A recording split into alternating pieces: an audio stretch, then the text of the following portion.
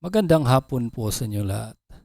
Narito na po ang resulta ng 5 PM draw ngayong Miyerkules, March 25, 2026 para sa mga games na 2D Lotto at 3D Lotto.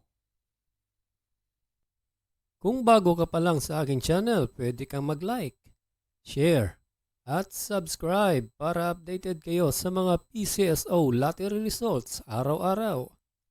Para sa 5 PM draw ng 2D Lotto, ito po ang mga winning numbers: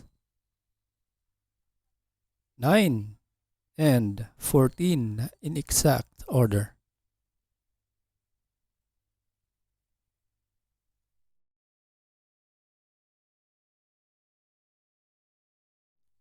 Para sa 5 PM draw ng 3D Lotto, ito po ang mga winning numbers: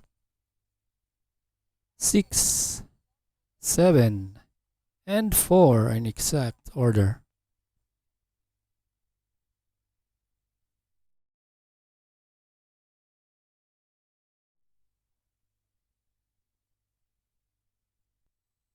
Congratulations po sa lahat ng nanalo at kita-kits mo tayo mamayang 9 PM draw. Thank you for watching. God bless us all.